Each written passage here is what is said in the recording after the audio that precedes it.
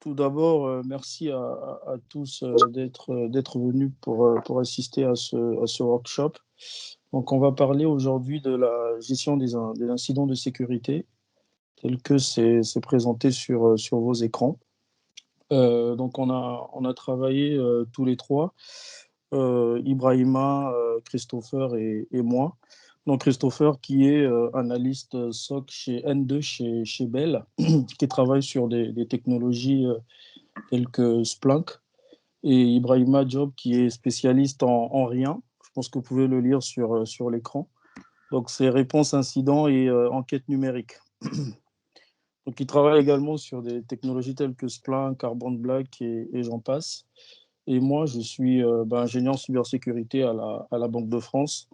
Et donc, dans mes différentes expériences dans le passé, j'ai dû faire face à la gestion des incidents de sécurité. On peut aller à la diapo 3, Ibrahima. Merci.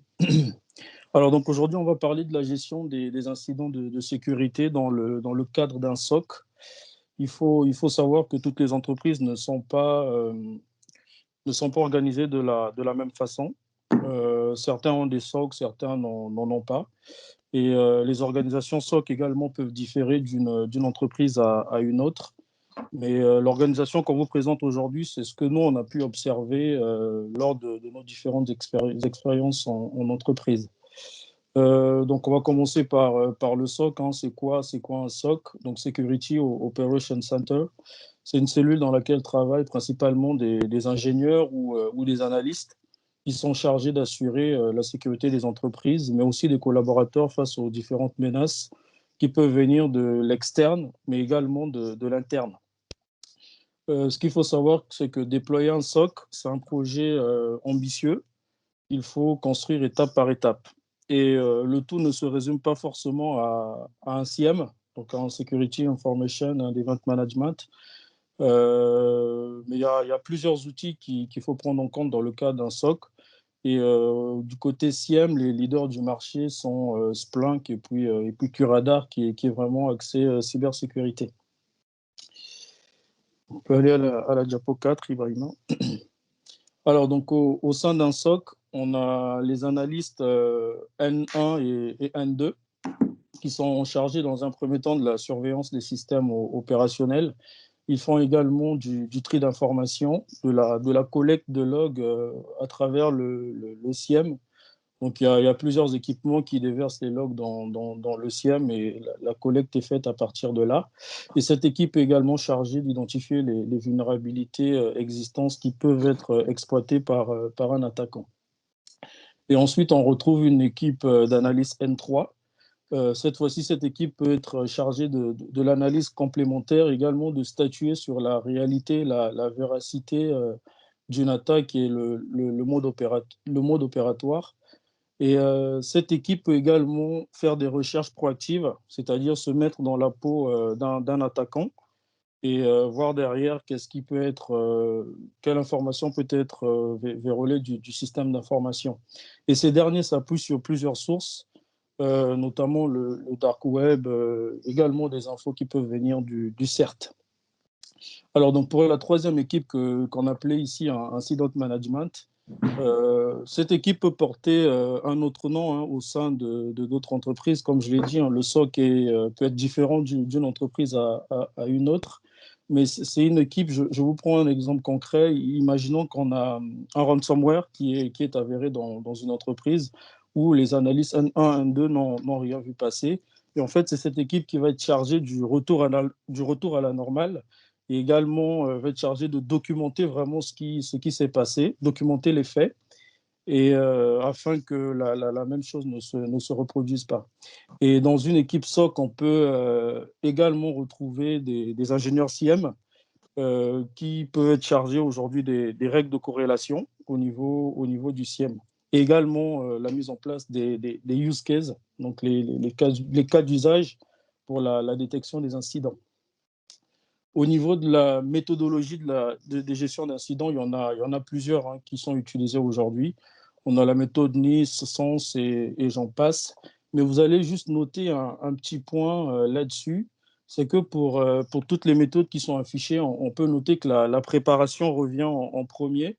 C'est parce que la préparation, c'est vraiment la clé d'une réponse à incident rapide aujourd'hui.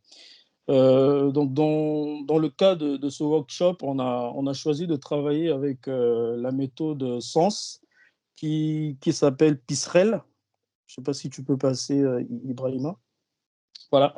Donc, on a choisi la méthode PISREL qui part de la préparation, l'identification, le containment, l'éradication, la recovery, le listen learn, qu'on peut traduire par leçon apprise, euh, quand un incident est traité derrière. Et au niveau des outils de gestion d'incidents, il y en a une tonne, hein, on en a cité quelques-uns. Donc les leaders, on a de Hive et Cortex, et ServiceNow, Datadog. Et on va mettre juste l'accent sur le SOAR, qui est aujourd'hui l'avenir du SOC, grâce à l'automatisation de certaines tâches. Qu'est-ce que ça permet? Le SOAR, c'est un gain de réactivité, un gain au niveau des ressources et également un gain de sécurité. Donc, il y a pas mal de tâches aujourd'hui qui peuvent être automatisées avec le SOAR. Et on croit vraiment que le SOAR, aujourd'hui, c'est l'avenir du SOC. Donc, je vais passer la parole à Christopher qui va nous parler un peu comment le SOC détecte les incidents au travers d'un schéma. Donc, bonjour à tous. Tout d'abord, aujourd'hui, il y a encore beaucoup d'entreprises qui ne sont pas capables de détecter lorsqu'un incident a lieu de leur système d'information. C'est pour cela, en fait, il est très fortement recommandé de mettre en place un CIEM, de prendre un service de CTI ou encore un CERT, des services qui peuvent être internes ou externes. Le fait de mettre en place un CIEM permettra, au fait, aux sociétés tout simplement de pouvoir centraliser leur log des outils de sécurité, tels que les antivirus, firewall, les contrôleurs d'accès ou encore la messagerie. Le fait de centraliser tous ces logs-là dans un seul endroit permet au fait de pouvoir mettre en place une corrélation des logs qui va faciliter la détection des incidents de sécurité sur le système d'information. Identifier les machines à sévérité à risque leur permettra de pouvoir mettre en place des use cases sur leur CIEM, de mettre en place des tableaux de bord et aussi des utilisateurs à risque qui pourront faire l'objet des tableaux de bord qui vont être détectés en cas d'incident. Une fois l'incident est détecté, il y a une alerte qui peut être envoyée automatiquement sur la messagerie du SOC ou bien être identifié directement à travers un tableau de bord élaboré par cette équipe. Le fait de mettre en place aussi un service CTI permet au fait à la société d'avoir une vision externe de ce qui se fait au fait, de ce qui est visible depuis l'extérieur de leur système d'information. Par exemple, un service exposé sur Internet, par exemple une interface administrateur exposée sur Internet, le service CTI pourra signaler ce type d'incident. Aussi, concernant les fraudes, tout ce qui est usurpation de marque ou encore des personnes qui atteignent à l'image de la société, ce type d'informations peuvent être remontées par le service CTI qui lance des alertes derrière. Ils sont aussi capables de pouvoir signaler en cas de vente de données de la société sur des darknet ou encore des forums où les données sont vendues. Euh, Tout cela font l'objet d'une alerte qui est envoyée à la messagerie de l'équipe SOC. Prendre un CERT permet aussi à la société de pouvoir s'informer par rapport aux outils qu'il y a au sein du système d'information. S'il y a un outil qui est aujourd'hui atteint par une vulnérabilité, le CERT est totalement capable de pouvoir vous informer, tel outil de votre système d'information est impacté par telle vulnérabilité. Donc, merci de corriger, etc. Voilà un peu le type d'incident qu'on peut recevoir en se basant sur ces trois outils et services. Une fois que le SOC reçoit l'alerte sur sa messagerie, le SOC doit créer un incident de sécurité. Donc, ça peut être un ingénieur qui va prendre en compte l'incident, créer un outil, enfin, créer un ticket sur l'outil ITSM, investiguer sur l'incident en question et donner des recommandations pour que l'incident soit remédié. Donc, le cadre où c'est pas un faux positif, il assigne le ticket à une équipe de support qui prend en charge le ticket, qui va appliquer les recommandations données par l'ingénieur SOC. Et ensuite, une fois l'incident résolu, il peut fermer le ticket. Et si tout simplement il s'agit d'un faux positif, le ticket est fermé, mais par contre, il est demandé au fait à ce que les détections, les mesures de détection soient en fait revues pour pouvoir whitelister par exemple une adresse IP ou encore juste signaler que cet outil ne fait pas partie de notre système d'information ou encore il s'agit de quelque chose qui ne nous impacte pas fortement et le ticket est fermé. Donc, si on passe à la slide suivante, du coup, ici, pendant cette présentation, on a décidé de mettre en place un scénario où il y a un employé de la société APAC Agro, Xavier Bagnier, qui a reçu au fait un mail qui l'a jugé comme étant un mail malicieux.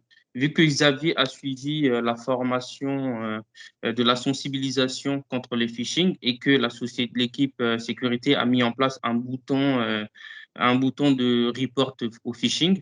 En gros, un utilisateur appuie sur ce bouton-là, ça génère directement un ticket d'incident dans la messagerie de l'équipe SOC. Donc, Xavier a été bien formé. Il a reçu un mail qu'il a jugé comme étant un mail frauduleux et il l'a signalé à travers ce bouton et ça a généré un mail envoyé automatiquement à l'équipe sécurité. Donc là, sur la slide d'après, vous allez voir que c'est le mail que Xavier a reçu. Donc, Xavier a été bien formé car il a pu identifier sur ce mail-là que la personne qui a signé le mail n'était pas la même personne qui a envoyé le mail en question. Donc, du coup, Xavier n'a pas cliqué sur le lien qui est aussi sur le mail que vous pouvez identifier ou encore n'a pas ouvert le fichier Word qu'il y a sur le mail. Il a signalé directement. Voilà.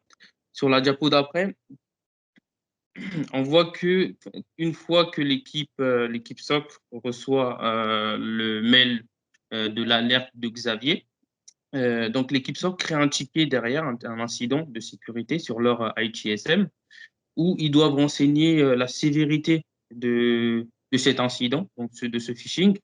Donc la sévérité qui est un rapport entre l'impact et l'urgence de traitement de l'incident. Donc là, dans ce cas-là, c'est une sévérité qui est médium.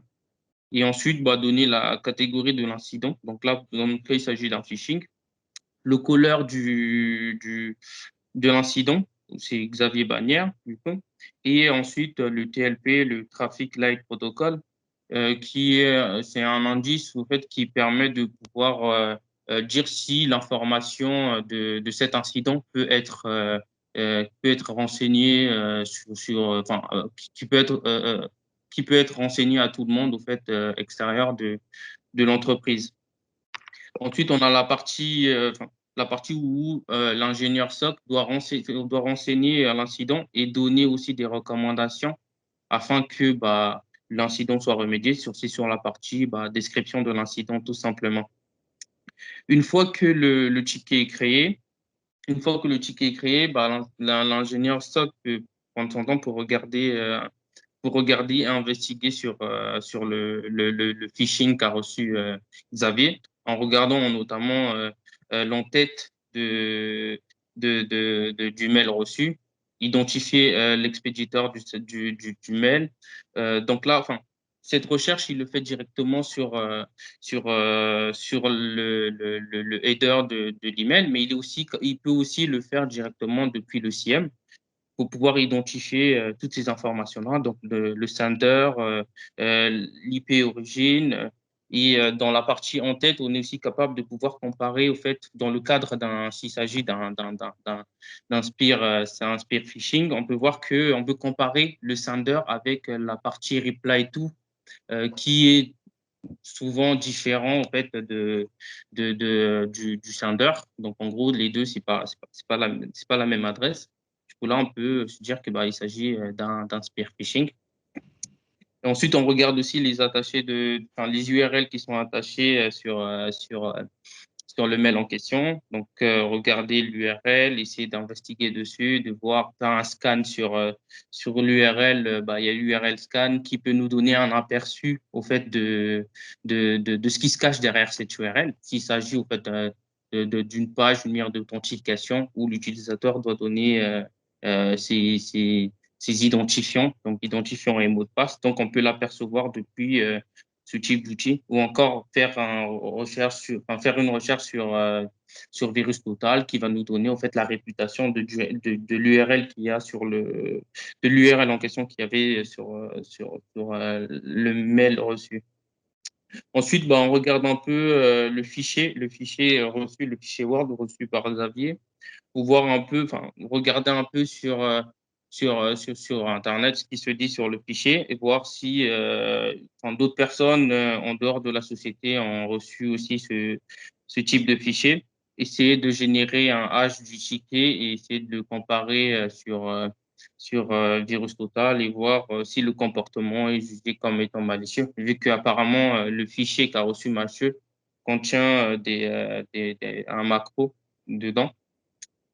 Maintenant, la deuxième partie, ça serait de voir est-ce que d'autres employés que Xavier ont reçu ce mail. Donc, cette partie, au fait, montre tout simplement l'importance d'avoir un CIEM, c'est-à-dire sur un CIEM, on va être en mesure de créer un tableau qui va filtrer, au fait, les informations par rapport au sender. En gros, on va filtrer sur le sender et l'objet du mail et identifier tous les utilisateurs qui ont reçu le mail en même temps que Xavier. Donc, une fois que ces personnes identifiées, on est capable de reprendre en fait ces utilisateurs-là, les croiser avec les logs du proxy et voir si ces personnes ont cliqué sur le lien. Donc, sur les personnes en question, donc les sources users, on verra si ils ont consulté l'URL qui était dans le mail reçu par Xavier. Et si les personnes ont reçu ont cliqué sur cette URL, des recommandations sont données, des recommandations que nous allons voir ensuite avec Ibrahim qui va vous présenter par la suite. Merci beaucoup, Christopher. Donc, après avoir fait les deux premières étapes, donc l'activité, en fait, la suite serait d'arrêter un tout petit peu voilà, le saignement. Donc, au début, donc tout à l'heure, en fait, Christopher a parlé en fait de récupérer des observables, ça veut dire voilà, tout ce qui est en tête de mail, nom du fichier, hash, etc. Donc, en fait, nous, dans cette étape du containment, on va essayer de développer ce qu'on appelle en fait des indicateurs de compromission. Donc voilà, on va utiliser les mêmes, que ce soit analyser en fait en profondeur, voilà, le fichier qu'on a reçu, en utilisant soit des sandbox ou bien aussi au niveau des endpoint detection. Donc, l'idée ici, c'est de voir s'il y a des macros derrière, est-ce qu'ils téléchargent des payloads, etc. Et puis, tout ceci peuvent être utilisés en fait comme des indicateurs de compromission. Et puis, on peut toujours retourner en fait à l'étape 2 pour mieux faire le scoping, c'est-à-dire en fait mieux identifier en fait tous ceux qui sont concernés en fait par ce fichier. Donc voilà, là ça permettra de voir en fait est-ce qu'il y a une campagne en cours, etc. Donc une fois que ces indicateurs de compromission sont détectés, donc on peut aller voir aussi au niveau de nos plateformes de renseignement de la menace, de Threat Intelligence Platform, donc pour essayer de voir est-ce qu'il y a des campagnes en cours, etc. Mais tout ceci quand même dépendra voilà, de la classification qu'on a faite au début en fait, de cet incident, parce que selon des fois certains incidents, si on sait que voilà, si on développe des indicateurs de compromission et que ça soit très sensible, par exemple, on n'a pas envie de regarder sur certaines sources, telles que par exemple Virus Total. Si on a un hash et qu'on regarde sur Virus Total, effectivement, notre action d'investigation peut être détectée par quelqu'un d'autre. Excuse-moi, Ibrahima, si on peut juste bloquer les micros. Je crois qu'il y avait un fonctionnement tout à l'heure. Moi, je parle, c'est bien que je garde le micro ouvert, mais peut-être ceux qui ne parlent pas, ils peuvent.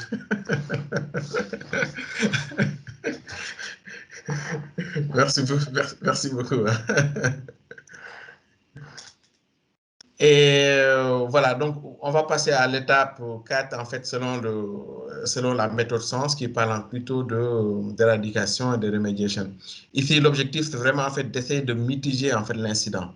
Donc, il y a des actions qui peuvent être menées telles que bloquer cet expéditeur si on se rend compte que ça fait quelques jours voilà, qu'il envoie des mails. Voilà. S'il y a des domaines qui sont malicieux, voilà, on peut les bloquer, on peut en fait les rajouter en fait sur du sinkhole pour essayer de voir plus tard, voilà, pour ne pas les bloquer facilement. S'il y a des systèmes qui sont compromis, voilà, faire des rebuilds, etc.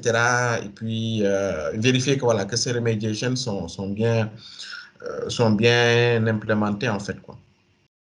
Et l'étape du scoping, on revient dessus. Donc, il est important, avant d'entamer, en fait, des actions de remediation, d'être sûr qu'on a identifié tous les systèmes, tous les utilisateurs, tous les assets qui sont compromis ou bien qui sont concernés en fait, par cet incident avant de passer à l'étape de remediation. Voilà, ce qui se passe, c'est que voilà, si on passe à cette étape de remediation sans pour autant identifier toutes les machines ou users en fait, qui sont impactés, voilà, on risque voilà, d'avoir voilà, des systèmes encore qui sont compromis dans le système. Et puis, il y a toujours le risque en fait, de l'infection. Donc, à l'étape 5, voilà, là, on va parler plutôt en fait d'essayer de revenir en fait au business en fait au jour, voilà, au day-to-day business. Et donc, du coup, ce qu'il faudrait voir ici, c'est vraiment en fait d'implémenter des solutions qui sont un peu plus à long terme. Donc, sur le slide précédent, c'était plutôt des actions qui sont rapides. Donc, bloquer une IP ou faire des actions ou bien rebuilder en fait une machine, c'est quelque chose qui est assez rapide. Mais ici, on va essayer de voir en fait sur des actions qui sont un peu plus long terme. Est-ce que, par exemple, nous, on a reçu ce mail, mais on sait qu'en fait, ce mail a été envoyé depuis un domaine voilà, qui ne devrait pas être envoyé. Donc, c'est important d'implémenter des Sender Policy Framework.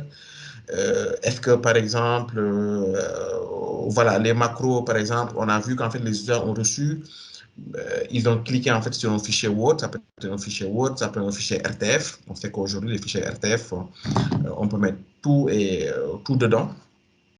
Donc, un fichier RTF ou un fichier Word qu'on exécute, voilà, qui derrière lance un ActiveX, lance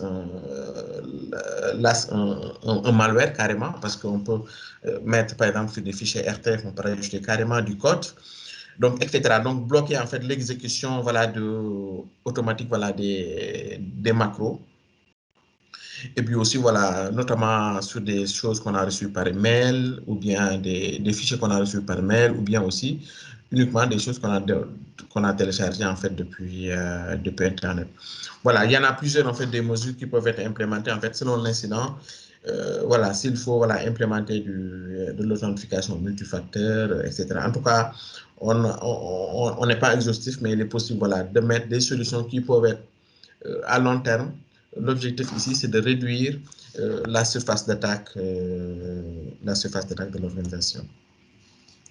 Et au final, voir, dans la dernière étape, voir durant ce processus, quelles sont les choses en gros qui ont manqué dans le traitement de cet incident.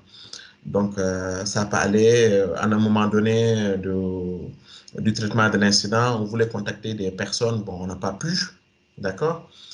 Ça, c'est un cas assez simple hein, d'un phishing. Donc, ça peut être le cas, par exemple, d'une attaque admettons, ransomware, et puis on sait qu'en fait, tous nos contacts ont été digitalisés, etc. Donc, il est important d'avoir les contacts qui sont imprimés, mis quelque part, etc. pour qu'en cas d'incident, qu'on puisse être capable d'avoir toujours nos contacts à côté. Donc, durant l'incident, on peut se rendre compte que voilà, on a identifié des assets, on va avoir des informations là-dessus, on se rend compte que, voilà, que ce n'est pas patché, que ça n'a pas pris les dernières mises à jour, etc. Donc, rien que pour localiser l'asset, voir à qui ça appartient, etc. Donc, on se rend compte que, voilà, qu'il y a un blind spot là-dessus. Donc, on n'est pas capable d'identifier à qui appartient l'asset, etc. Et donc, du coup, tout ceci, voilà, ça reste des choses qu'on a notées durant le traitement de cet incident. Et l'objectif, c'est d'améliorer donc le processus de gestion des incidents pour que, voilà, pour faire mieux la prochaine fois. Donc là, on va parler rapidement d'un système et puis aller un peu plus dans le détail sur comment traiter en passant étape par étape. Donc, Erard a parlé tout à l'heure des Security Orchestration and Automation and Response. Donc, aujourd'hui, qui sont largement utilisés au sein des Security Operations Center. Donc, l'objectif, en fait, d'utiliser des SOR. Donc, c'est vraiment, en fait, d'automatiser, d'orchestrer et puis, voilà, beaucoup d'étapes durant le traitement d'un incident. Donc, ça se présente comment? Ça se présente, en fait, sous forme d'un playbook. Et puis, qu'on définit. Et puis, voilà, on dit qu'en fait, voilà, on reçoit un mail. Et puis, à l'étape suivante, enrichir le mail, prendre tous les observables, faire le check de ces observables, faire un check au sein de l'organisation. Est-ce qu'il y a d'autres gens qui ont reçu ce mail? Identifier les utilisateurs, enrichir ces utilisateurs-là, voilà, qui est-ce qu'ils sont, etc. Est-ce que ce mail a été reçu par un VIP, etc. Donc, toutes ces tâches en fait, qui peuvent être faites en fait par l'analyste, donc vont être automatisées en quelque sorte, quoi. Donc, ça va servir en fait d'un gain de temps énorme en fait, voilà, pour l'analyste. L'analyste va se focaliser plus sur des actions un peu plus importantes. Ça peut être, par exemple, on a, voilà, le mail est venu, il y a un fichier qui est attaché. Donc, l'analyste choisit en fait de soumettre, voilà, ce fichier-là sur son sandbox, par exemple. Et puis là, voilà, le sandbox le fait. Là, il est toujours dans son sort. Hein. Il ne sort même pas. Donc, il n'a qu'à cliquer. Voilà, il y a beaucoup d'intégration dans un sort. Donc, aujourd'hui, les sandbox, voilà, il y a beaucoup de tools qui peuvent être intégrés dans ce sort-là. Et donc, du coup, voilà, l'analyste reçoit le résultat d'analyse de ce fichier, etc. Et donc, faire cette analyse peut être une action manuelle que l'analyste va faire, mais toute autre action qui peut être automatisée va être automatisée en fait. Et donc, du coup, ça réduit drastiquement le temps de réponse et de gestion en fait des incidents, réduire aussi les erreurs parce que voilà, le fait de faire des copies-coller des fois, etc., on peut toujours faire des erreurs. Et l'objectif aussi, c'est vraiment voilà, d'être plus efficient et puis le plus rapide possible. Et puis l'intégration permet automatiquement sur la partie réponse de se rendre compte que voilà, qu'il y a qu'on a soumis tel IP, pour vous donner un truc très simple, on a soumis tel IP, on se rend compte que c'est très malicieux, etc. On peut faire une intégration avec le firewall pour demander que cet IP soit bloqué automatiquement. Donc, sans pour autant qu'il y ait une action humaine qui intervient. Donc, voilà. Donc, en gros, aujourd'hui, c'est très utilisé. Et ça fait que voilà, il y a beaucoup d'acteurs aujourd'hui qui sont dedans. Donc Palo Alto, dont on sait qu'avant, il était plutôt dans la partie network, ils ont rejoint un peu la partie cyber récemment, se sont investis en rachetant Demisto et qu'ils ont renommé Cortex XOR. IBM aussi est dedans, Splunk Phantom, il y a Rapid7. Voilà, aujourd'hui, il y a beaucoup d'acteurs aujourd'hui qui se lance dans le marché des sorts, en fait. Peut-être qu'APAC va lancer son propre sort aussi avec Gigasoft. Et puis, donc là, on a parlé en fait tout à l'heure de traitement d'incidents au sein d'un SOC. Ça, c'est le day-to-day life de ceux qui font, ceux qui sont dans les SOC. Donc, on parle d'alerte fatigue, etc. Donc, qui peut être réduit un peu par les sorts. Donc, voilà. Donc, ça, c'est vraiment fait du day-to-day. Ce qui se passe, donc, on n'a pas parlé de gestion d'incidents dans le cas, en fait, d'une cyberattaque. Qui peut être détecté par le SOC, hein, mais dans la plupart des cas, peut être détecté par des entités qui sont externes, ou bien voilà, on le détecte automatiquement. Donc aujourd'hui, on peut parler de dwell time. Le dwell time, c'est le temps qui passe depuis l'intrusion jusqu'à la détection. Aujourd'hui, en moyenne, on parle de plus de 100 jours avant de détecter un incident, une cyberattaque, on va dire. Donc, on se rappelle, voilà, nous tous, il y a quelques années, que Marriott, en fait, a eu un incident où les attaquants étaient présents sur leur système au moins 4 ans, donc avant qu'il soit détecté. Donc voilà, il y a beaucoup les analystes, voilà, ils peuvent mettre leur payload, ils peuvent faire un slip. Donc on a vu dans le cas de Sunburst, quand votre système est infecté, quand ils mettent le payload, ils attendent 2 semaines avant de lancer leur payload. Donc voilà. Donc voilà. Donc ça fait qu'aujourd'hui, en fait, pour gérer des cas de cyberattaque, donc là, l'organisation va être tout à fait différente. Donc là, on va parler en fait de management de crise, impliquer les cellules de communication, contacter l'assurance. Donc, je pense que ça, c'est primordial. Dès que ça passe, voilà, il faut contacter l'assurance. Donc, ils peuvent vous mettre souvent en relation avec des équipes de réponse à incident si vous n'en avez pas. Donc, le mieux, c'est de se préparer quand même. C'est de contracter voilà, un contrat de réponse à incident qui fait que voilà, ces équipes vont pouvoir intervenir dans un temps très court en cas de cyberattaque. Et puis aussi, voilà, donc surtout avoir voilà, les experts techniques hein, qui vont être là pour faire du forensique, pour faire de la rétro-ingénierie, renseignement de la menace, la réponse à incident, etc. Donc ça quand même, ça va être au cœur. Voilà, mais ce sera toujours quand même bien d'avoir un responsable en situation opérationnelle.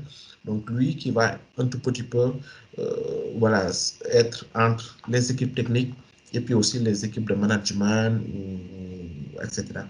Donc sachant qu'aujourd'hui, on dit que voilà, il y a 3 catégories d'entreprises, hein, donc ceux qui sont déjà attaqués, ceux qui le sont en ce moment, et puis ceux qui seront attaqués voilà, plus tard. Donc c'est important de se préparer à une éventuelle cyberattaque.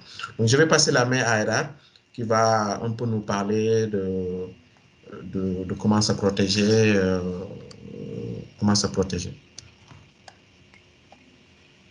Merci Ibrahim, en tout cas pour la description de la méthode qui serait là avec nous. L'idée ici, c'est de parler un peu de plusieurs mesures qui peuvent être prises au sein d'une organisation pour se prémunir des attaques. Donc l'objectif vraiment, hein, c'est de se préparer face à une attaque éventuelle.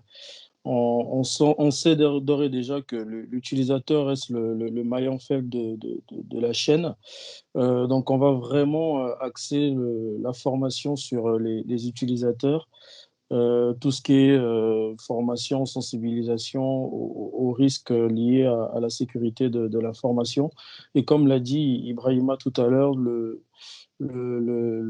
l'idéal, ce serait vraiment de contractualiser avec une équipe de réponse à incident.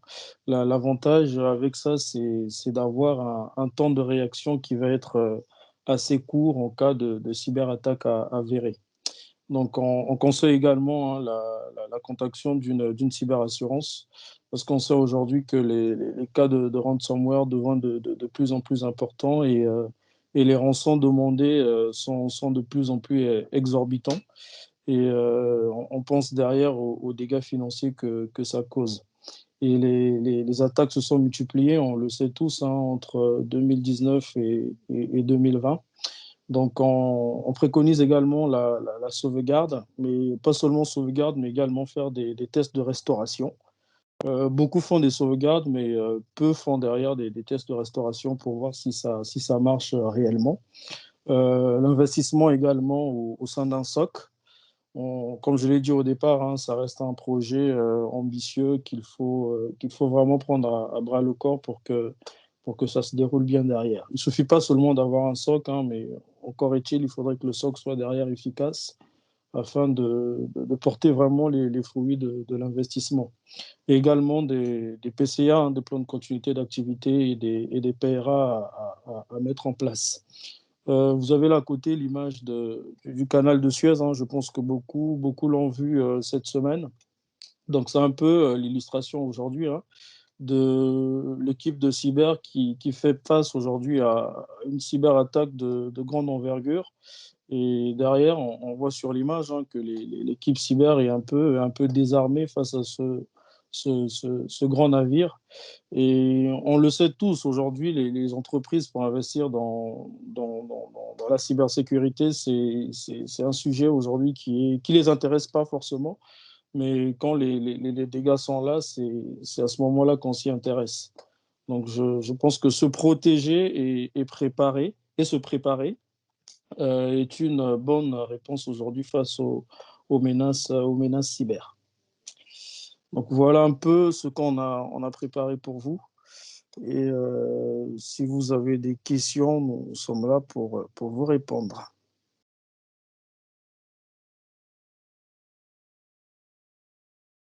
Allô?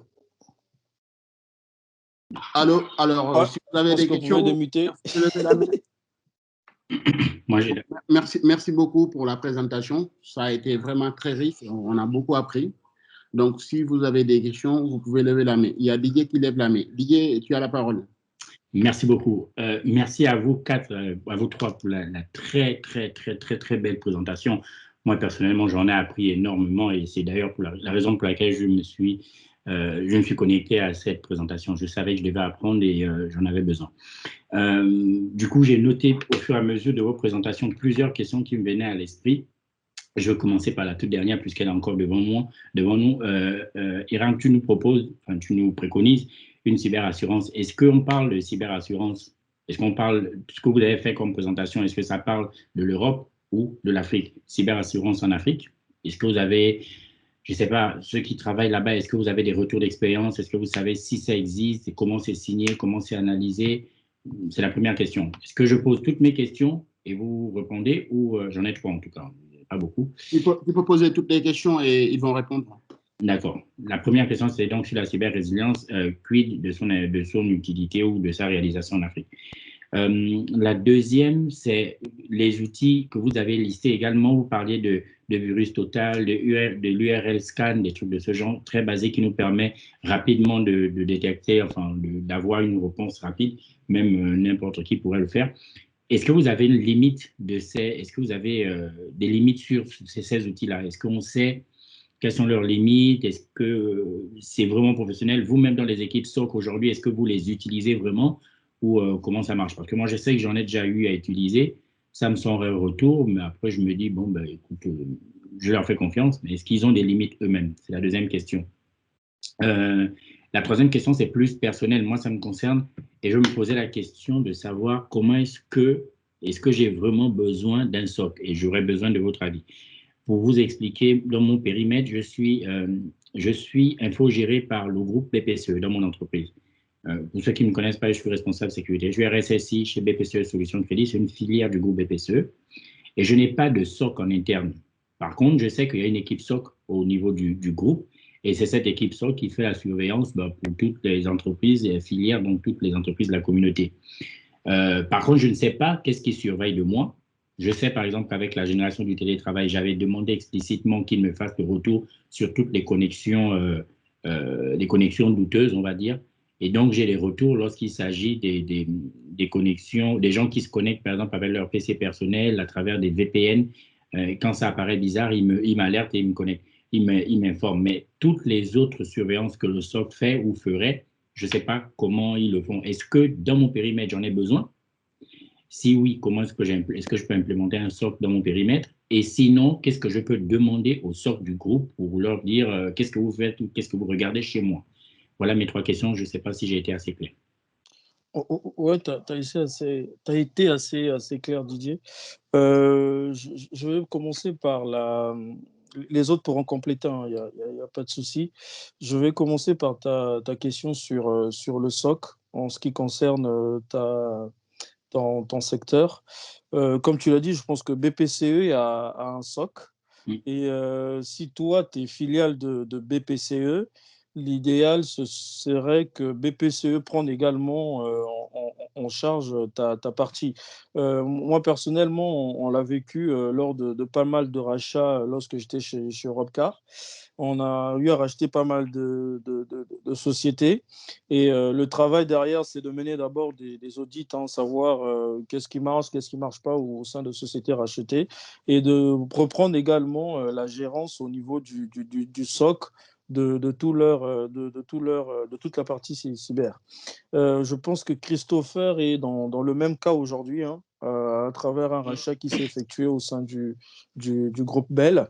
Mais il me semble que tu as dit également qu'aujourd'hui, suite au télétravail, il y a des choses que tu as demandées au SOC de BPCE.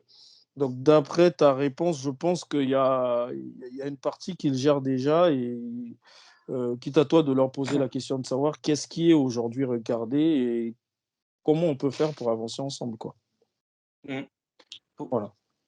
Je ne sais pas, Chris, si tu veux compléter. Ouais, vas-y. Ouais, je vais compléter un peu. Pour compléter ce qui dit Gérard un peu, moi, ce que je pourrais te préconiser, ça serait vraiment de participer au comité, au COSEC de ta société filiale, et aussi de demander au fait chaque mois d'avoir des key performance indicateurs concernant ton périmètre. Comme ça te permet d'avoir un overview de ce qui est détecté sur ton périmètre à toi. Comme ça, tu te sentiras un peu plus rassuré, je pense, de savoir il y a eu telle ou telle détection sur ton périmètre, et de pouvoir demander ce qui a été fait, ou est-ce qu'il y a des parties où toi-même tu dois prendre en charge les choses ou pas. Donc voilà un peu ce que je pourrais préconiser, en tout cas à ce niveau-là. Donc après, vas-y. Du coup, concernant les outils tels que URL Scan et Virus Total. Et Virus Total, aujourd'hui, oui, au sein d'un SOC, nous utilisons ces outils-là, parce que du coup, ce sont des outils qui sont assez connus et qui nous permettent de pouvoir récupérer des informations. Et ces informations-là, en fait, sont tirées des études menées par d'autres ingénieurs en cybersécurité. En gros, c'est juste une sorte de comparaison de ce que nous, on a aujourd'hui et de ce que les autres ont détecté avant. Comme ça nous permet de pouvoir suivre un peu les bonnes recommandations à donner par rapport à ce que les autres ont détecté. Tout ça nous facilite le travail, en fait, ces outils-là. Un URL scan, ça permet en fait de ne pas accéder, par exemple, de cliquer à l'URL et de pouvoir avoir l'aspect de l'URL du site qui se cache derrière l'URL sans forcément ouvrir ce lien-là. Après, des limites je pense que ces outils-là sont nécessaires pour nous, parce que c'est une communauté qui nous donne pas mal d'informations pour pouvoir récupérer ces informations-là. Juste pour te compléter, Christopher, on a tous déjà reçu des appels de spam, où on décroche, on ne sait pas qui est au bout du fil, mais en mettant le numéro de téléphone sur Google, tu vas sur une plateforme qui te dit que c'est une arnaque ou c'est un télévendeur. Donc le but de ces sites-là, c'est vraiment ça, quoi, de voir ce que les autres ont détecté avant au travers de ce que tu y mets. Justement, La question, si vous me permettez de compléter juste sur celle-là, c'est si même les attaquants, ils peuvent aussi utiliser ça. Est-ce qu'il n'y a pas moyen de contourner ça? Puisque eux aussi, ils sont au courant de ces sites-là. Ouais. Donc, du coup, voilà, pour rajouter juste, en fait, je pense que, voilà, ils ont déjà, comment ça s'appelle, décrit ce que font ces outils-là. Mais effectivement, il y a des limites. Les limites, c'est quoi? On a parlé, en fait, de virus total, par exemple. Le virus total, on peut, voilà, l'objectif de virus total, c'est de voir si on a un fichier, une URL, etc. C'est de voir le nombre d'antivirus qui peuvent le détecter par rapport à une liste d'antivirus qui est disponible. Ce qui se passe au fait de ce virus total, c'est qu'en fait que les attaquants savent, etc., c'est que quand vous soumettez, par exemple, un document sur virus total, ben, tout le monde est capable de récupérer ce fichier-là. Ça, après, tout le monde ne sait pas, mais ceux qui font des attaques, ils sont capables de récupérer ce fichier-là. Donc voilà, donc ça c'est quelque chose qui est connu. Donc voilà, donc il faut faire attention dans l'organisation à quel fichier vous soumettez sur le virus total. Des fichiers sensibles, il ne faut jamais les soumettre parce que voilà, quiconque peut le récupérer. Une autre chose aussi, on se rappelle de l'attaque qu'il y a eu en Indonésie il y a quelques années, où il y a une banque le système SWIFT qui a été compromis et que la banque, voilà, a été compromise, et qu'il y a eu plus de 80 millions de dollars qui ont été dérobés. Mais on s'est rendu compte, en fait, en faisant, en fait, des recherches, que l'attaquant, en fait, un jour avant de lancer son payload, il avait soumis son fichier, enfin, il avait regardé, en fait, sur le virus total, s'il y avait des antivirus, en fait, qui les détectaient. Donc, en fait, il est possible, quand on fait des recherches par un hash, etc., de voir, en fait, l'historique, donc, que ça a été soumis déjà dans le passé. Donc, en tout cas, donc, comme ils ont déjà décrit, c'est des outils qui sont super bien. Donc, URL Scan, voilà, te permettra, au lieu de tester une URL sur ton organisation, sur ton système, il y a des outils, voilà, qui te le permettent de le checker à part. Il y a d'autres outils tels que Passif Total qui te donnent une historique par rapport à un domaine, par exemple. Tu reçois un phishing, tu peux savoir quand est-ce que ce domaine a été créé, par exemple. Parce qu'il te donne l'historique depuis, voilà, les 10 dernières années, en fait, de ce domaine, etc. Donc, en tout cas, c'est des outils qui sont utiles, mais il faut aussi prendre des précautions. Des fois, comme on a dit tout à l'heure sur le virus total. Donc, cyberassurance en Afrique, bon, en tout cas, moi, j'ai aucune idée là-dessus. Donc, moi, pareil. Hein. Moi, j'ai aucune idée là-dessus. Et juste pour compléter par rapport à ce que mes amis ont déjà dit, par rapport, est-ce que tu as besoin d'un SOC en interne ou pas? Je pense qu'ils ont déjà répondu, avoir un SOC déjà groupe, c'est déjà très bien. Par contre, toi, en tant que RSSI, quand même, tu as besoin, en fait, d'avoir une vue de la sécurité de ton périmètre. Donc, ça se fait quoi? Tu peux demander au niveau du SOC group quels sont les use cases, en fait, qui sont implémentés. Donc, si tu n'as pas cette vue-là, si toi, tu as la liberté d'organiser un pen test sans leur dire, ben, tu le fais. Tu organises un pen test dans ton périmètre que tu définis bien. Et puis, tu vas voir, en fait, est-ce qu'ils vont détecter des choses? Est-ce qu'ils vont te remonter des choses? Donc, ça peut te donner une idée de voilà, est-ce qu'ils font de la surveillance? Si tu n'as pas vraiment de visu, en fait, par rapport à ce qui se fait chez eux. Il y a plein d'idées. Hein. Une autre idée, c'est que, par exemple, tu peux avoir dans votre système, rajouter un serveur, etc. Ben, ça tente de voir, est-ce qu'eux, ils demandent à ce que les logs de ce serveur-là soient remontés. Donc, voilà, s'il n'y a pas vraiment, en fait, ces infos-là, donc, voilà, tu peux te dire que, voilà, qu'il n'y a pas... Si la surveillance, en fait, ne te suffit pas, donc, du coup, voilà, il y a moyen de demander à ce que la surveillance soit améliorée, ou bien que des fois, que tu aies ton propre son. Merci beaucoup, Ibrahima. Excuse-moi, Mbaye, juste pour compléter un peu, DJ. Timing, là. Excuse-moi, Mbaye, juste 2 secondes.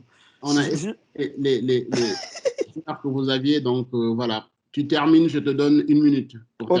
Ok. Juste pour t'expliquer, Didier, la mise en place d'un SOC, c'est juste pour compléter rapidement ce qu'Ibrahima a dit. Tout ce qui est use case, tout ce qui est règles de corrélation, Comment on les obtient? C'est suite à une analyse de risque. Donc, on fait une analyse de risque et on sait derrière quels sont les risques à couvrir. Et c'est suite à ça qu'on va mettre en place des use cases et des règles de corrélation et derrière déverser le tout dans un SIEM. Merci beaucoup. Voilà. Il y a Will qui demande la parole. William, tu peux poser ta question. Oui, bonjour à tous. Ouais, du coup, moi, j'avais une question. Au sein d'un SOC, comment vous faites pour détecter les virus polymorphes, étant donné que leur spécialité, c'est d'être pas vus au sein des IPS, des IDS et même des antivirus?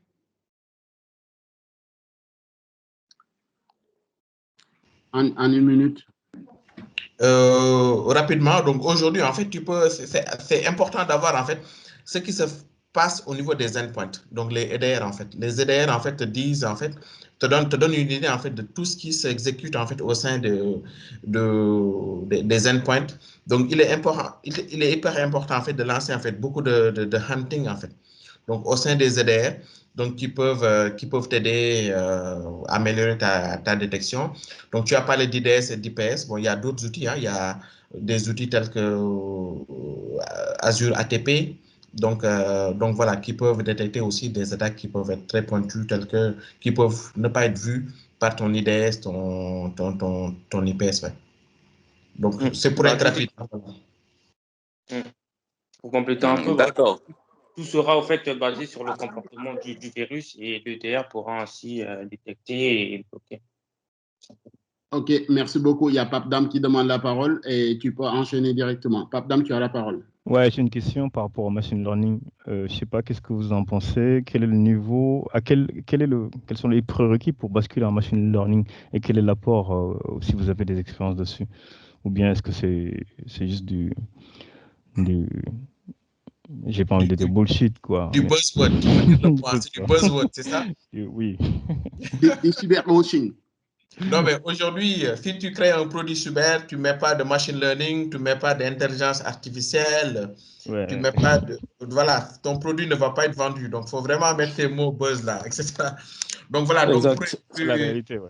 voilà, donc pour être plus truc, en fait, du machine learning, en fait, aujourd'hui, c'est utilisé en fait dans beaucoup de SIEM. Hein.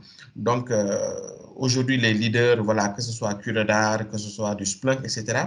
Donc, souvent, quand tu parles en fait de user behavior, ça te permet en fait de détecter en fait en se basant en fait sur du machine learning. C'est quoi par exemple? C'est un utilisateur, nous on a ça souvent, des cas comme ça, un utilisateur par exemple qui a l'habitude de se connecter depuis Abu Dhabi. D'accord?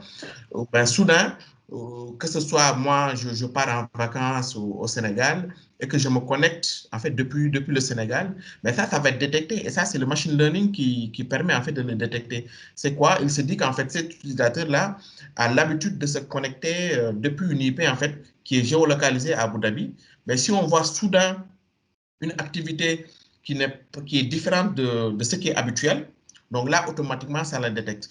Donc, je peux dire, en fait, sur des use cases qui sont comme ça, voilà, ça permet de le détecter. Il y en a plein aussi, hein, que ce soit sur Sentinel, Azure Sentinel, où, par exemple, on voit, en fait, des connexions simultanées sur accès à son mail depuis une IP géolocalisée quelque part, et puis accéder, par exemple, à Teams depuis une IP, en fait, qui est géolocalisée, en fait, ailleurs.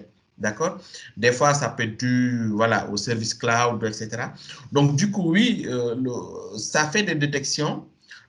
Ce n'est pas des détections qui sont avancées, mais ça fait des détections quand même qui peuvent être intéressantes souvent à relever. Si je me permets, en fait, pour soutenir ce que vient de dire Ibrahima, c'est très utilisé en fait dans les banques contre la lutte contre la fraude des virements bancaires. Et pour la machine e-learning, au top, on trouve ELK, le trio, Elasticsearch, Kibana, Loctite. Je pense Splunk et QRadar, c'est les meilleurs SIEM aujourd'hui. Bon, on ne qualifie pas ELK aujourd'hui. Il y en a qui ne positionnent pas ELK en fait au niveau des SIEM. Juste pour dire qu'en fait, donc, machine learning, oui, très, très utilisé. Voilà. Donc, et surtout dans les banques pour pouvoir détecter les positions, voir quand est-ce que la personne qui fait un virement en France en 1 heure, 2 heures après, fait le même virement au Sénégal. Donc là, il y a une alerte qui sort ou s'il y a quelque chose qui est inhabituel, est-ce que voilà, tu fais des virements de 100 000 euros en un mois, voilà, des trucs du genre. Merci. Mbaye, on peut compléter ou Bon, il y a professeur Djibril Sow et Samania qui non. bah, je pense que c'est tellement intéressant. Allô? Allô? Ça grisaille un peu. Vous m'avez donné la parole ou bien? Oui. Oui, je voulais intervenir sur l'exemple de tout à l'heure sur le machine learning. L'exemple qui est donné sur quelqu'un qui se connectait d'habitude à Dubaï et qui part. Bah, je pense que... Ouais, là, on t'entend beaucoup. Il est parti, professeur Dubuisson. Il a des problèmes pour se connecter. Samania, tu as la parole et on conclut. Allô? Non, je n'ai pas de problème pour me connecter. Dakar est gâté, hein? Voilà, je ne sais pas ce qui a coupé mon micro, peut-être que je l'ai touché malencontreusement. En fait, ça grésille un peu, professeur Sow. Ça grésille aussi. Ah, d'accord, bon, peut-être que c'est un problème de micro. Ouais. Si tu utilises ton casque, tu peux... Ok, donc je renonce à la contribution. Merci. Non, tu peux. Ça, si tu as des choses intéressantes à dire, vas-y. Non, je voulais dire qu'il y a l'exemple qui est donné tout à l'heure. Je voulais compléter. Quand quelqu'un se connecte habituellement depuis Dubaï, il part en voyage, il change de point de connexion. En principe, ça, on n'a pas besoin du machine learning pour le détecter. Justement, on a besoin du machine learning. C'est pour quand il se connecte habituellement à Dubaï, le machine learning permettra de connaître ses habitudes, de saisir son clavier, ses habitudes de navigation, ses habitudes de taper, et que même s'il change de point de connexion, qu'on sache toujours que c'est la même personne et qu'on l'autorise de se connecter. Donc c'est là où intervient le machine learning. C'est permettre à quelqu'un de se connecter, même s'il change de point de connexion, parce qu'on a étudié ses habitudes, on sait que c'est la même personne, même si son point de connexion a changé. Merci. D'accord, merci beaucoup, M. Sow. Je donne la parole à Samanya et on passe à la deuxième partie de ce workshop. Alors, Président, merci beaucoup. Donc, quelqu'un a déjà lu dans mes pensées, en fait, et a posé la question concernant voilà, tout ce qui est machine learning. Donc, merci beaucoup. J'ai plus de questions. J'avais une question, en fait, dans ce sens. Désolé. Merci. Samba. Est-ce que quelqu'un veut intervenir pour conclure, Erard ou un autre? Juste vous dire merci en tout cas de nous avoir suivis. Ça a été un réel plaisir de partager ces infos avec vous. Bien sûr, le document, hein, je pense qu'il sera rendu public, hein, Ibrahim, pas public, hein, mais ça sera partagé au sein de la PAC. Donc, on reste bien éventuellement disponible hein, si vous avez d'autres questions en dehors de ce workshop. Oui, merci beaucoup. On passe à la deuxième partie. Pape Dame, tu as la parole. Yes. Est-ce que j'ai le droit de partager mon écran ou pas? Oui, tu peux partager ton écran, s'il te plaît. Dites-moi dès que c'est bon pour vous.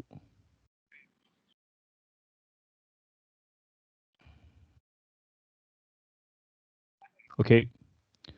Désolé, la présentation elle est en anglais. Tu passes du temps en mode diapo. Yes. Donc, j'ai combien de temps là, Mbaye?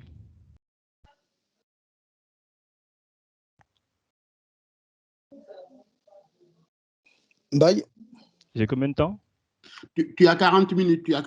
OK. Je vais faire 20 minutes de présentation et puis on laissera 20 minutes de questions, quoi. Tu peux prendre ton temps hein, parce qu'il y a tellement de choses intéressantes à dire que voilà, si tu oui, peux 40 oui, non, mais je vais juste, en fait, désolé, la présentation est en anglais. Donc en fait, je vais vous partager un petit peu les retours d'expérience sur les transformations cybersécurité. En fait, donc l'idée là, c'est de vous faire un retour d'expérience sur les transformations que j'ai eu à faire. Je vais d'abord me présenter, puis je vais vous expliquer un petit peu quels sont les différents drivers d'une transformation cyber.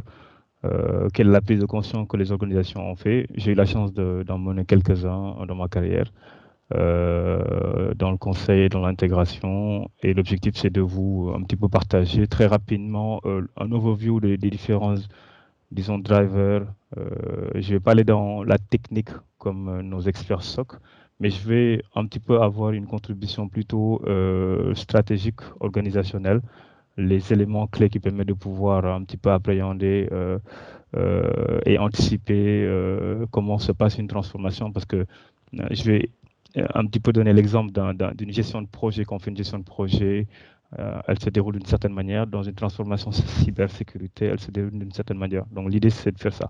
Après, je vais vous expliquer un petit peu, dans un cas un peu plus concret, sur, par exemple, la segmentation réseau, comment on peut l'illustrer et qu'est-ce qu'il faut prendre en considération, parce que ça prend du temps, c'est très complexe, ça nécessite des compétences assez hétérogènes.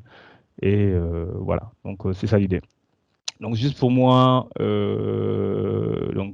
ça fait longtemps que je suis dans la cyber. Je pense que je me suis déjà présenté. Je vais pas, voilà, j'ai fait du consulting dans un cabinet Big Four qui s'appelle Accenture en France.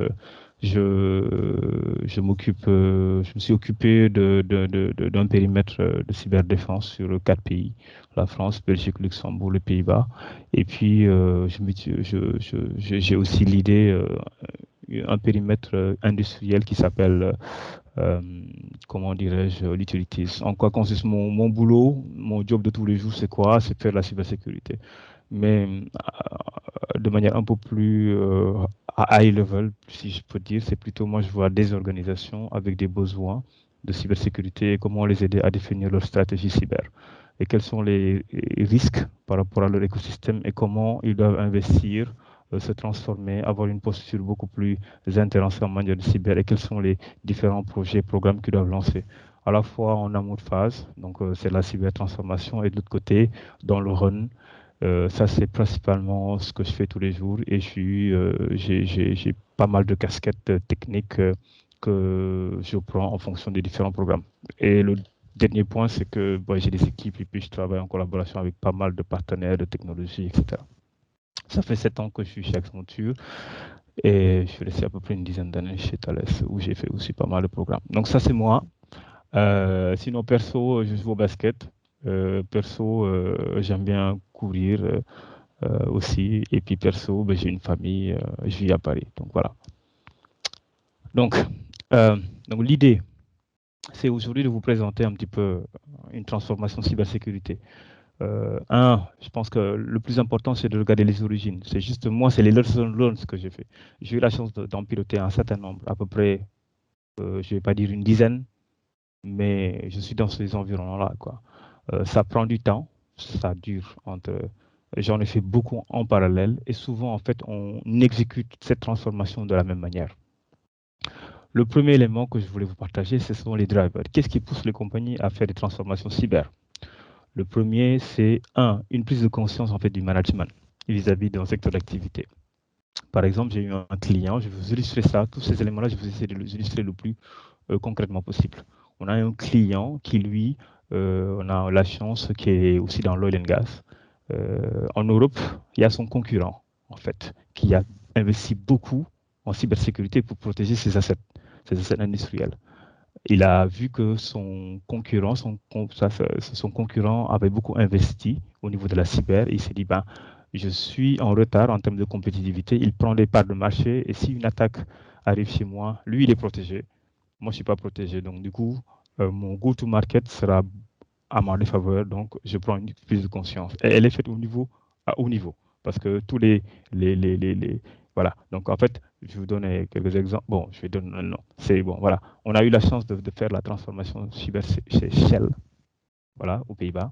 Et puis, Total a vu que Shell était beaucoup plus en avance vis-à-vis de lui par rapport à ce qu'on appelle dans l'oil and gas, il y a un benchmark de l'oil and gas qui s'appelle OGBG.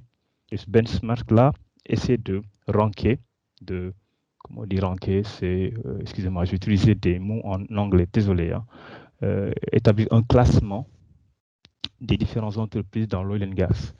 Et il y a beaucoup d'éléments, et il y a la cybersécurité en fait. Et un groupe comme Total était dans le peloton n'était pas le peloton de tête, mais plutôt en queue le peloton par rapport à ces investissements-là. Ça, c'est un vrai exemple parce que la cybersécurité est très mal notée. Le deuxième, c'est une dette technique. Souvent, c'est ce qu'on voit, c'est-à-dire que les entreprises n'investissent pas en cyber. Bédi ce matin disait que dans une banque, on a 3 gens qui font de la cyber. Effectivement, c'est une dette technique. C'est 20 ans de système d'information, pas d'investissement en cyber. Elle n'est pas importante. Et d'un coup, la dette, elle est très, très importante et il faut réagir. Un des drivers aussi des quoi, c'est des techniques-là, souvent, on la voit à travers des évaluations des audits. On fait un audit, il y a des trous partout et tout le monde est en panique. Le rapport, souvent, il est au niveau du COMEX ou bien il n'est pas caché. Donc, le rapport est divulgué et le CEO ou le CIO ou le CISO dit, merde, il faut, excusez-moi du mauvais terme, il faut réagir. Donc, c'est des mauvais résultats liés à un audit. Ou une compromission, c'est-à-dire que des entreprises se sont fait compromettre et là, il faut qu'ils disent, il faut que je réagisse. Il y a aussi la partie réglementation, souvent aussi, qui fait que, par exemple, là, on a des réglementations comme le NIS ou la LPM qui est venue en France ou dans certaines organisations ou SOX-BAL 2 qui disent, on a une prise de conscience, il faut qu'on lance une transformation sur un périmètre donné. Et un des drivers aussi peut être la modernisation du SI. Vous savez qu'il y a beaucoup de modernisation. Le cloud est voilà, une rotation vers le digital, plutôt le cloud, les infrastructures beaucoup plus digitales. Et en fait, ça, ce sont les différents drivers. Et souvent, chez un client, ou bien quand on fait une transformation cyber, on intègre l'ensemble de ces éléments-là. Ce qui est important, c'est de dire quelle est la dette technique que le client a par rapport à son périmètre. Quel est le niveau de conscience du management et il faut essayer de le faire remonter. Le troisième, ce sont il faut reprendre les rapports d'audit technique ou bien on fait des évaluations en faisant une évaluation, pas un risque, oui risque, mais une évaluation technique plus une évaluation risque qui permet de pouvoir dire voici votre niveau de risque et voici votre niveau de porosité en guillemets qui permet de pouvoir établir. Et ça, souvent, les entreprises ne veulent pas payer. Il faut que ça s'intègre avec une démarche beaucoup plus qui permet à l'entreprise d'avoir une impression qu'il avance. C'est-à-dire qu'il faut des justificatifs qui le disent dans le cadre de la transformation cloud. Ça va vous permettre de mieux. Voilà, donc il ne faut pas juste avoir une approche technique, mais il faut aussi penser à avancer sur les éléments. Le deuxième point que je voulais vous partager, c'est le type de transformation. Vous allez voir une transformation cyber, c'est on va investir beaucoup d'argent. J'ai un client qui avait investi 80 millions d'euros pour définir 120 projets pendant 3 ans pour faire. Ça, c'est une approche Big Bang. J'ai eu une prise de conscience, c'est montré très haut dans le top management. Tout le monde est au courant, on vient au COMEX et boum, on met de l'argent, 80 millions d'euros. J'ai un autre client qui a mis 50 millions d'euros. J'ai un autre client qui est en train d'être conscient parce qu'il est dans le monde de la défense. Il fait des produits qui dans l'armement. Et en fait, il a vu que les Chinois sont là-bas chez lui depuis 3 ans. En fait, c'est même plus que les 100 jours de notre ami Ibrahim tout à l'heure. Donc, toute sa propriété intellectuelle est chez les Chinois. Et il a à peu près beaucoup d'usines dans le monde. Et là, approche Big Bang. Maintenant, ça fait longtemps que vous jouez. Maintenant, vous me rasez tout et vous me faites tout ce qu'il faut, j'ai investi. Ça, c'est un premier type.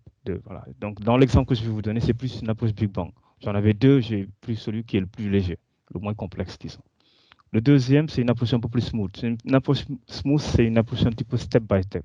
C'est-à-dire, on sait qu'il nous faut 4 ans pour faire la transformation, 3 ans.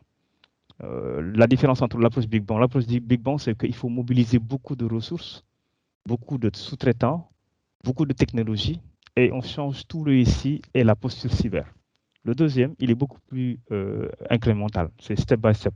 C'est-à-dire qu'on arrive à mener la transformation et que souvent les entreprises le font eux-mêmes. Ils veulent se doter de compétences et de capacités et ils avancent petit à petit en fonction de la maturité ou de la cible où ils veulent arriver. L'autre, il est beaucoup plus, disons, agressif. Les caractéristiques dans une transformation, c'est quoi? Souvent, c'est une décision qui se fait au niveau du COMEX, au niveau du board. C'est-à-dire que le CEO sait que, voilà, donc on a fait la plupart des transformations cyber qu'on a fait, les résultats, l'évaluation, on les soumet au COMEX. Donc, il faut exprimer ces résultats-là, il faut pouvoir les justifier de manière très, pas technique, mais très dans le sens business pour qu'ils puissent le comprendre et qu'ils puissent comprendre les enjeux. Donc, c'est une décision COMEX. Le deuxième, c'est des investissements importants. On parle de 50, 80 millions d'euros et même plus. Il y a actuellement un acteur qui est en train de mettre 200 millions sur les 4 prochaines années. 200 millions d'euros sur les 4 prochaines années. Lui, il veut un truc smooth, il veut investir lui-même et mettre en place l'écosystème qu'il veut. Et il est en train de mettre aussi en place ce qu'on appelle des factories. Vous savez, il y a beaucoup de gens qui font de la digital factory. Il y a maintenant une tendance qui se fait des cyber factory. C'est une organisation clé en main qu'on met en place qui permet de pouvoir faire une transformation. Et il est en train d'aller dans ce sens-là. Le deuxième, c'est donc la caractéristique dans une transformation, c'est une vraie orientation stratégique. C'est-à-dire que la cybersécurité, elle était là, maintenant elle est là. Ça veut dire que le RSSI peut aller au COMEX, ou à tout moment, on va rendre au COMEX. On va lui demander des résultats. L'organisation, s'il n'y avait pas de RSSI, il y en a un qui était nommé.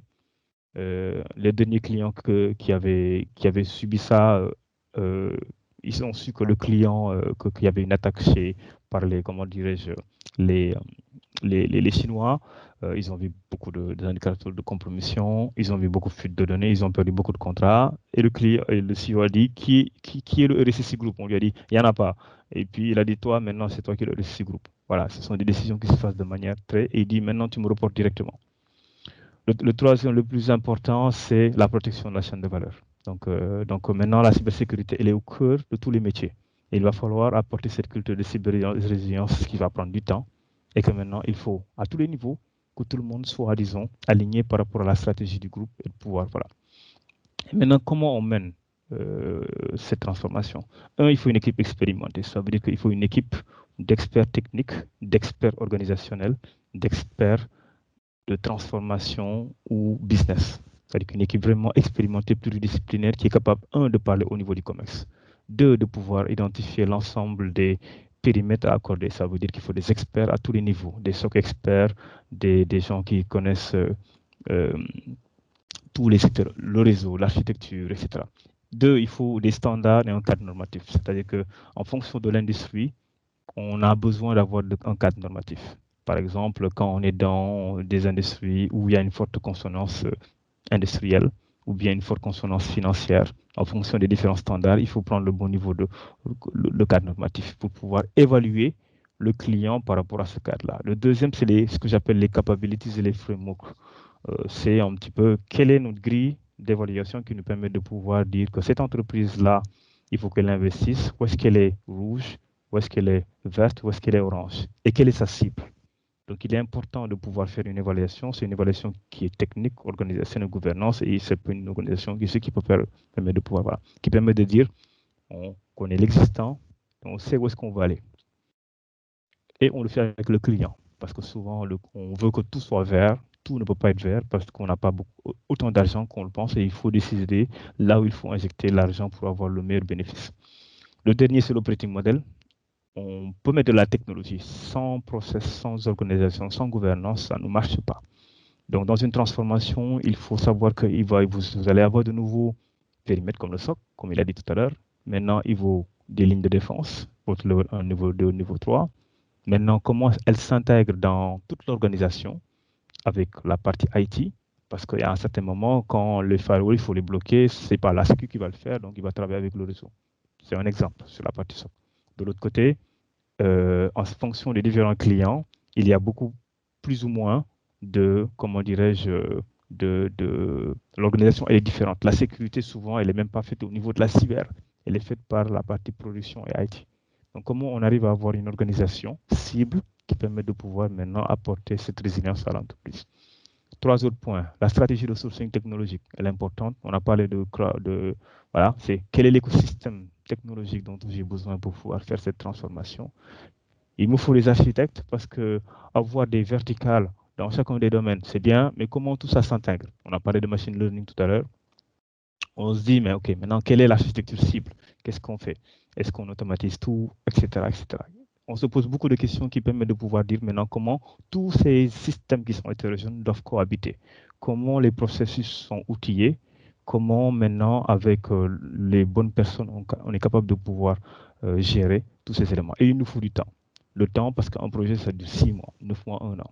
Pour faire une transformation minimum, on a 3 ans. Un exemple, chez un client, on avait identifié 120 projets de transfo sur tout le périmètre. On a même dit que le risque, maintenant, il est outillé. On a utilisé des outils qui permettent de pouvoir faire de la GRC, OK, comme ServiceNow, par exemple, et il fallait le déployer à l'échelle du groupe. Toute la gestion des risques, elle était gérée à ce niveau-là, par exemple. Et maintenant, quelle est l'organisation qu'il fallait mettre en place? Et maintenant, est-ce que cet outil-là, ServiceNow, on l'utilise dans le cadre de la gestion des vulnérabilités? On se dit, ah oui, donc on peut l'intégrer. Donc, il y a vraiment une connaissance globale de comment les technologies qui sont les plus à même de pouvoir répondre à des besoins peuvent être intégrées dans le cadre d'autres besoins. Parce que finalement, on va se retrouver avec, sur ces 120 projets qu'on avait dit, beaucoup de technologies. Et sur les 3 ans qu'on avait prévus, on s'est retrouvé à le faire en 5 ans. Et sur les 120 projets qu'on avait dit qu'on allait les déployer, on ne sait pas les déployer. Parce qu'on a un problème de temps, on a un problème de capacité à faire, on a un problème de culture d'entreprise. On a beau bien essayer de forcer les choses, mais la culture de l'entreprise, elle est celle-là. Donc, il faut vraiment s'assurer que la cadence de transformation, elle est la cadence culturelle de l'entreprise. Et le dernier point, c'est les people process technology. La sécurité, il faut vraiment qu'elle s'intègre dans les processus IT. Sinon, c'est un peu plus difficile d'être voilà, à part. Donc ça, c'était les différents éléments que je voulais vous partager dans le cadre d'une transformation. Je vais donner un exemple sur lequel j'ai fait une transformation chez un client. C'est un client qui est dans le domaine du gaz, qui a à peu près 3 data centers, Office 365 AWS. Il a un périmètre, il fait du cloud. Il a 11 millions de clients, il a des compteurs. Et il avait un problème par rapport à une réglementation. Lui, son driver, c'était la réglementation lui obligeait. Il y a une personne qui n'est pas en mute. Et dit bonjour aux enfants. Il y a voilà, ce que je voulais dire, c'est que le client, c'est un acteur de l'énergie, il devait se désimbriquer en fait, parce que c'est à cause d'une réglementation. Et se désimbriquer, ça veut dire qu'il devait créer un SI from scratch. Il devait créer toutes ces capabilities de hosting, le réseau, l'ITSM et la sécurité. Okay? Donc du coup, on l'a aidé pour pouvoir dire maintenant de quoi il a besoin en termes de stratégie cyber dans le cadre de ces transformations pour pouvoir mettre en place ces capabilities parce qu'il était en train de construire de nouveaux data centers, etc. Et quelles sont les capabilities dans son besoin. Donc il fallait assez rapidement définir cette cible qui est les services cyber. Le deuxième, c'est que le deuxième point, c'était de dire que le client voulait toujours continuer à faire son business. Ça veut dire que il était toujours en train de continuer à déployer de nouvelles applications. Son business continue à toujours tourner. Il n'y a pas de stand-by, ça veut dire qu'il faut construire quelque chose et l'existant est là. Après, il faut faire la migration vers les nouveaux services cibles et puis il y a un temps de transition. Donc, il fallait définir en fait toute cette roadmap-là qui a pris à peu près 3 ans, je pense 3 ans. Et maintenant, qu'est-ce qu'il fallait faire? Donc, rapidement, en 12 semaines, il a fallu faire, comme je vous avais dit tout à l'heure, faire un assessment de l'ensemble des capabilities dont ils avaient besoin, c'est-à-dire que les services, c'est-à-dire qu'on est allé chez son provider IT.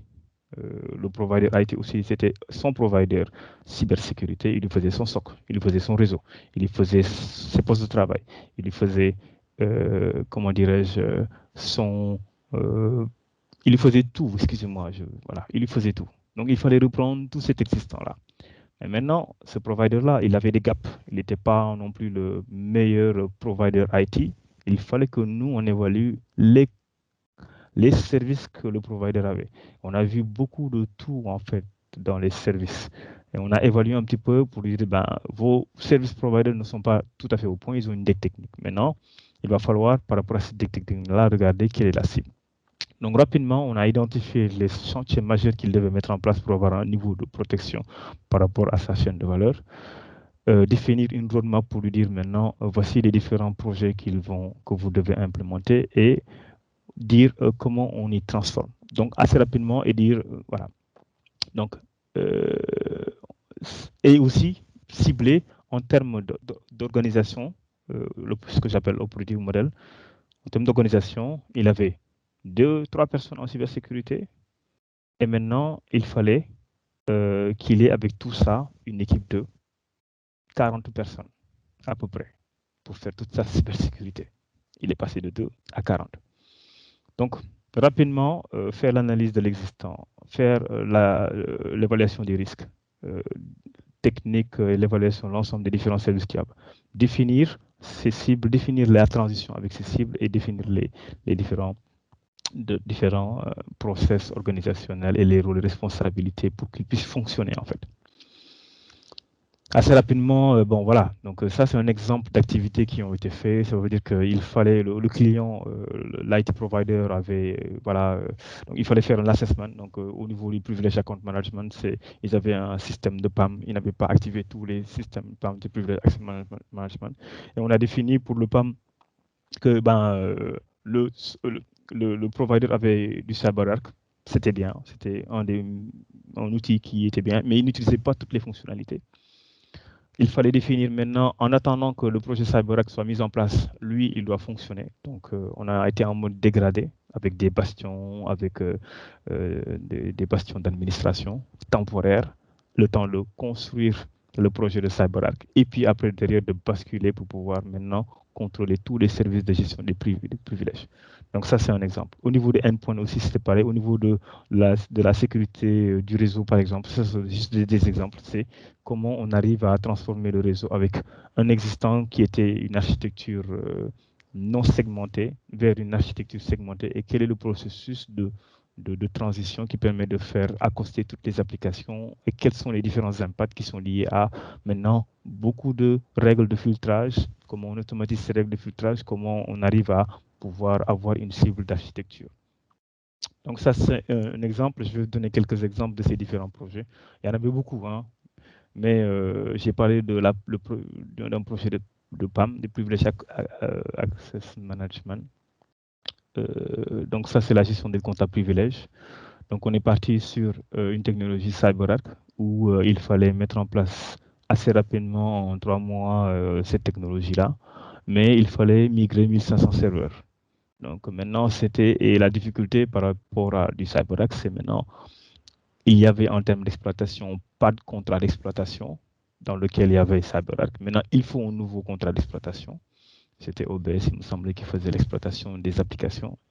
Et maintenant, il fallait reconfigurer, faire toute l'organisation qui permettrait de pouvoir un petit peu mieux maîtriser et avoir des nouvelles manières de gestion, les comptes à privilèges et aussi techniquement regarder quels sont les différents niveaux sur lesquels on arrive à gérer ces comptes à privilèges du point de vue OS. Est-ce qu'on va sur la partie applicative? Est-ce qu'on va jusqu'au niveau du développeur? Donc l'idée c'était de dire, on va sur ce que j'appelle les fondamentaux ou les fondations. Voilà. Donc un des projets par exemple, c'était le client avait une PKI entreprise, n'avait pas de PKI entreprise pour ses machines et ses serveurs, mais avait une PKI pour les usages liés à la partie industrielle. Donc l'idée c'est de dire, par rapport à cette réflexion, quelle est dans un environnement Windows, Office 365, quelle était la meilleure PKI dans ces environnements-là, le mettre en place, et aussi utiliser un nouveau circuit de confiance qui permet de pouvoir aussi intégrer la partie industrielle. C'est un exemple. Au niveau du SOC, dont on en a parlé, c'est de quoi il a besoin. Le groupe avait une offre. Tout à l'heure, Didier était en train de parler de quel était le levier entre les services du groupe et les services de cette BU.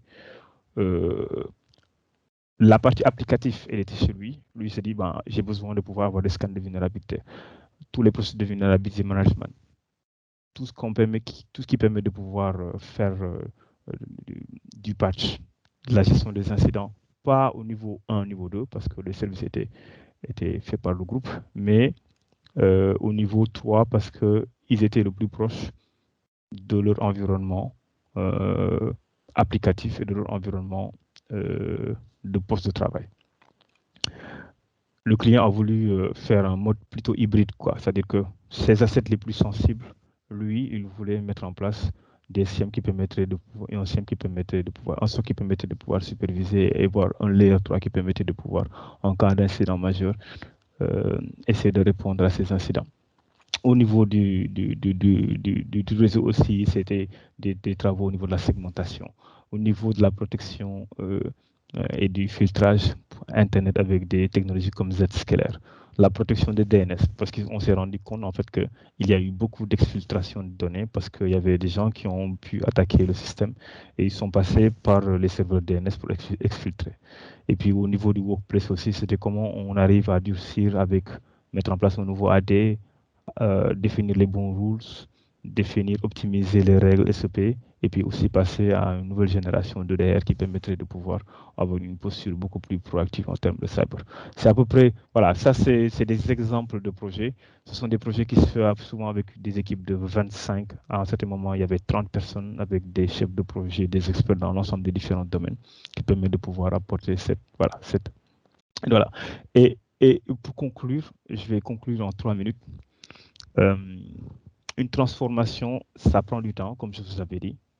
Ça peut prendre minimum entre 1 et 3 ans pour qu'on puisse parler de la définition de la stratégie qui permet de pouvoir dire quelle est la cible qu'on peut mettre en place, quel est l'operating model qu'on doit mettre en place, quelle est la gestion des risques qu'on doit avoir. L'implémentation de l'ensemble des différences que j'appelle les fondations, ce sont les services majeurs qu'on doit mettre en place pour que l'entreprise tourne à un niveau de cyber intéressant ou qui est minimaliste. Voilà. Il faut définir le service catalogue pour commencer à le rendre résilient face à des différentes attaques. Ça, c'est une autre étape. Donc, du coup, tout ce qui permet de pouvoir gérer. Il faut standardiser ces mécanismes. Et ça veut dire que là, du point de vue culture, du point de vue de l'entreprise, il va toutes les méthodes. Il y a beaucoup de change management à faire. Il ne faut pas l'oublier parce que sinon ça ne marchera pas. Et puis il faut pouvoir industrialiser. Donc ce sont ces 5 étapes-là. C'est la définition de la stratégie qui est importante avec les outils dont je vous ai dit. Il faut mobiliser le bon niveau d'experts pour pouvoir aller à l'essentiel, ne pas essayer de faire le truc 5 étoiles, mais juste aller à l'essentiel pour les fondations. Il faut prendre en compte la transition parce que entre dire je vais mettre en place un SOC et entre-temps, qu'est-ce que je vais faire? Qu'est-ce que je vais voir? Quel est le niveau minimaliste qu'il faut que j'ai? Chez un client qui devait mettre en place un global SOC, lui, il a choisi par exemple de mettre CrowdStrike pour dire entre-temps, j'ai CrowdStrike, je le déploie sur l'ensemble de mon SI. Ça me permet de avoir un premier niveau de détection et de pouvoir répondre à des attaques. Et après, derrière, en fonction de mon SOC, mon SIEM, là, je suis capable de pouvoir englober et que cet outil-là rentre dans les différents services que je dois mettre en place. Et il faut se transformer. Ça veut dire change management, la partie, il faut pouvoir l'industrialiser. Ça veut dire être en run et toujours après améliorer parce que je pense qu'on est tous dans un cadre d'amélioration continue. J'ai fait pile poil 30 minutes au lieu de 20 que j'avais promis. Je ne vais pas revenir sur des exemples un peu plus techniques, mais bon, c'est toujours bien, par exemple, de parler de comment on arrive à faire une segmentation réseau. Ça, peut-être qu'on pourra le voir plus tard. Et puis, voilà, ça, ce sont des éléments qui permettent de pouvoir... bon, je pense qu'un autre jour, on pourra adresser ces éléments-là. Donc, je laisse la parole pour que les gens, s'ils ont des questions... Et j'espère que la présentation a été claire, déjà, parce que j'y suis allé très rapidement. Merci beaucoup, merci beaucoup.